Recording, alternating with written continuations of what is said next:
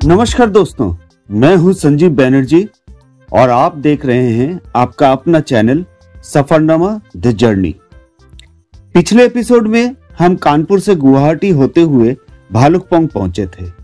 आज भालुकपोंग से आगे दिरांग तक जाने की कहानी होगी, लेकिन उससे पहले मैं आपको भालुकपोंग में हमारे रहने की जगह जरा दिखा दूं।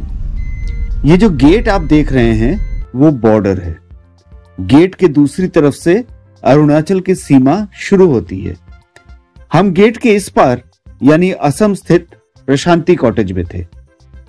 हालांकि प्रशांति कॉटेज एटीडीसी की संपत्ति है, लेकिन इसका प्रबंधन आयोरा होटल्स एंड रिजॉर्ट्स को सौंपा गया है। रिजॉर्ट काफी बड़ा है। यह जिया भरोली नदी के तट पर है। इनके पास कुल 10 कॉटेज हैं। इसके अलावा 4 कमरे भी हैं। हम कमरे में रुके थे। कमरे काफी बड़े हैं और साफ सुथरे भी हैं। एक बड़ा सा लॉन है। लॉन के चारों ओर तरह तरह के फूल वाले पौधे और उनके चारों ओर कॉटेज। इनका अपना रेस्टोरेंट भी है। खाना बहुत स्वादिष्ट है। यहां से आसपास का नजारा बेहद खूबसूरत है। भालुकपोंग एक ऐसा स्थान है जहां पूर्वी हिमालय की तलहटी और असम के मैदानी इलाके आपस में मिलते हैं। वो दूर जिया भरोली नदी बह रही है। अरुणाचल के तवांग जिले में गोरीचान पहाड़ियों के पास एक हिमनद झील से निकलकर ये पहाड़ों के बीच से होकर तेजपुर के पास ब्रह्मपुत्र में समा जाती है। अरुणाचल में इसका नाम कामेंग नदी है। नदी के उस पार पक्के टाइगर रिजर्व है। खैर, सुबह जल्दी उठकर 8 बजे तक तैयार होकर हम निकल पड़े हमारे आज के गंतव्य दिरांग की ओर।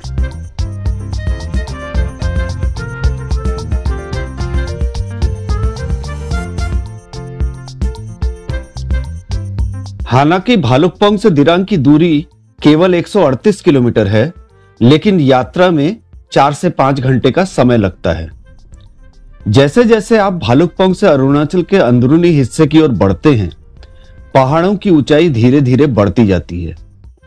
चारों ओर की हरियाली आंखों को बहुत सुकून प्रदान करती है।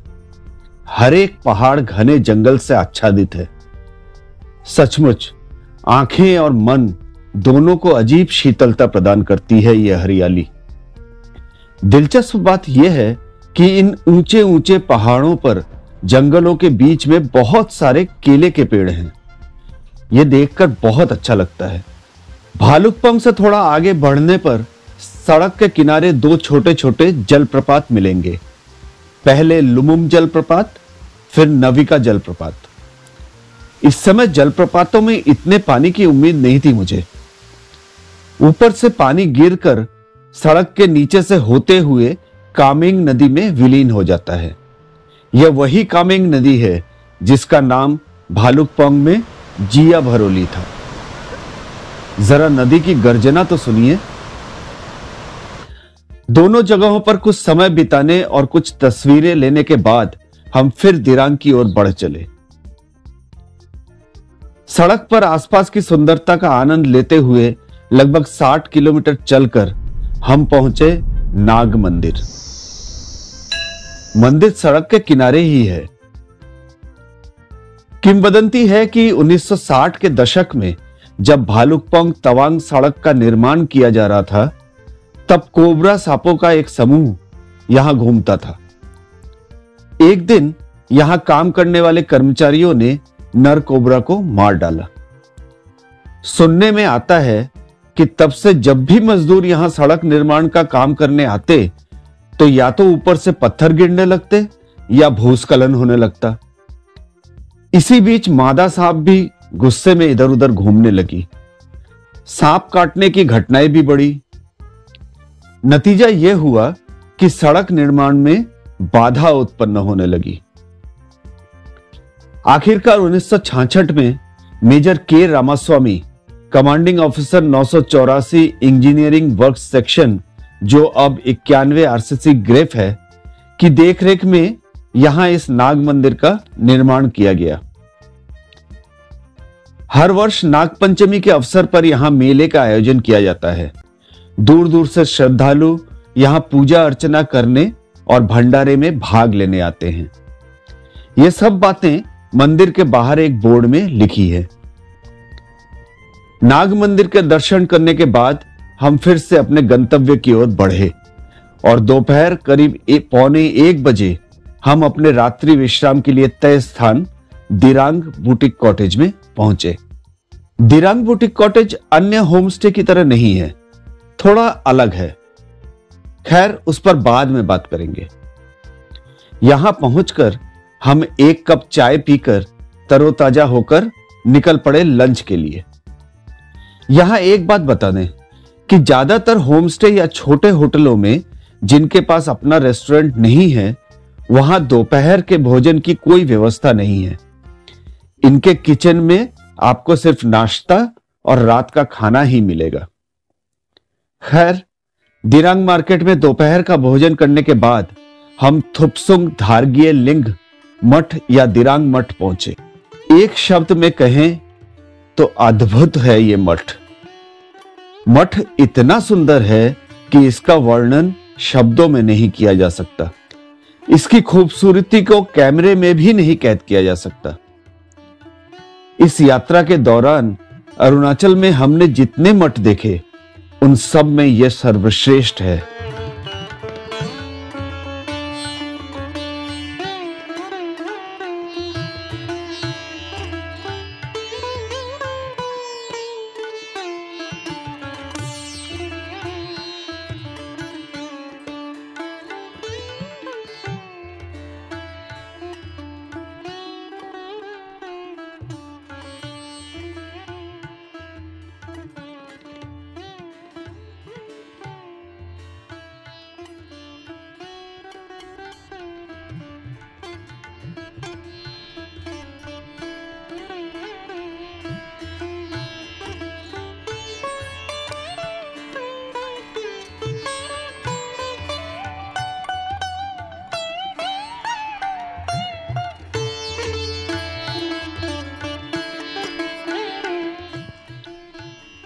मठ अपेक्षाकृत नया है। 2007 में इसके लिए 11 एकड़ भूमि का अधिग्रहण किया गया था और इसका उद्घाटन ठीक 10 साल बाद 5 अप्रैल 2017 को परम पावन वर्तमान दलाई लामा द्वारा किया गया था। मठ के अंदरूनी हिस्से को खूबसूरती से सजाया गया है। बुद्ध की विशाल मूर्ति के सामने वर्तमान दलाई लामा का आसन है। दीवारों पर बुद्ध के जीवन के विभिन्न कालखंडों की सुंदर पेंटिंग है। बुद्ध भगवान के दोनों ओर विभिन्न बौद्ध संतों की असंभव सुंदर मूर्तियां हैं। और वातावरण, अगर आप अंदर बैठकर 10 मिनट के लिए अपनी आंखें बंद कर लें तो दुनिया की हर चीज भूलकर एक सुखद शांति का अनुभव करेंगे। मठ के बाहरी हिस्से को भी समान रूप से सजाया और साफ सुथरा रखा गया है। आसपास का नजारा भी बेहद खूबसूरत है। यहां अगर आप आए तो कम से कम 1 से 1.5 घंटे का समय अवश्य लेकर आए। अच्छा दोस्तों, इस एपिसोड को यहीं समाप्त करता हूं। आगामी एपिसोड में हम जसवंतगढ़ युद्ध स्मारक, सेला टॉप, सेला झील, तवांग मठ, तवांग के अन्य आकर्षण, भारत चीन सीमा बुमला, काजीरंगा अभयारण्य, मां कामाख्या मंदिर इत्यादि देखेंगे। तो दोस्तों, देखते रहिए आपका अपना चैनल सफरनामा द जर्नी। जिन लोगों ने पहला एपिसोड देखा है और पसंद किया है, उन्हें बहुत बहुत धन्यवाद। जिन्होंने अभी तक चैनल को सब्सक्राइब नहीं किया है, कृपया सब्सक्राइब करें।